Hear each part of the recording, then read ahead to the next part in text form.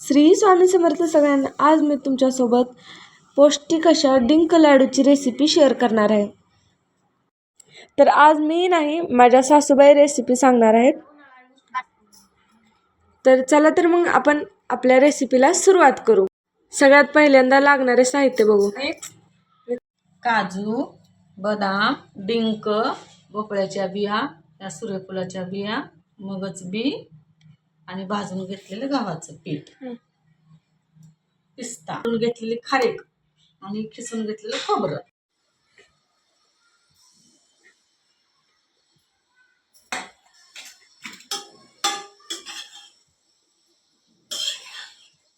खोबरं आपण असं भाजून घेऊया.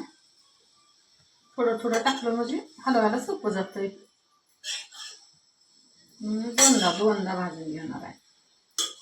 कलर फक्त जरा कलर बदलायचं नसं छान त्याच्यावर भाजलं बस.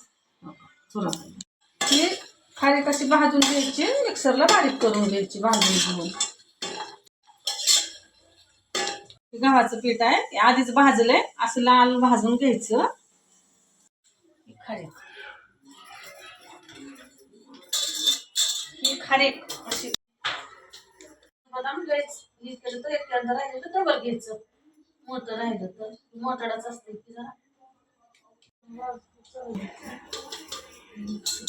आणि खोबरं खिसल्यामुळं याला काही गरज नाही लागली.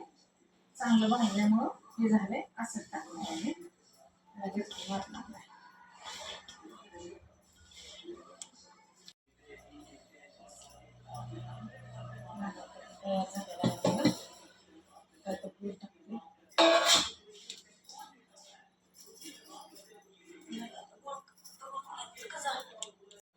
ही कणिक भाजून घेतलेली.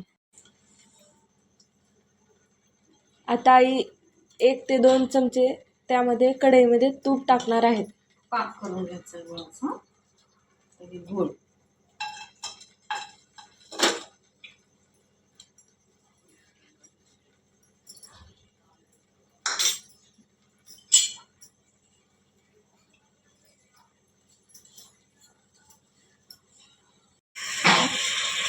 तीन चमचे पाणी टाकून द्यायचं. आणि गुळ कडक होत नाही, पाक कडक होत नाही. फक्त एक गोष्ट खायचा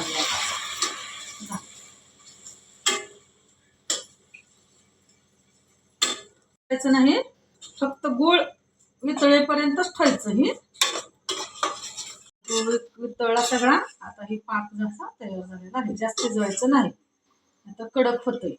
भोपळ्याची पावडर टाकायची आणि हा पाक तयार झालेला ह्यात ओतायचा.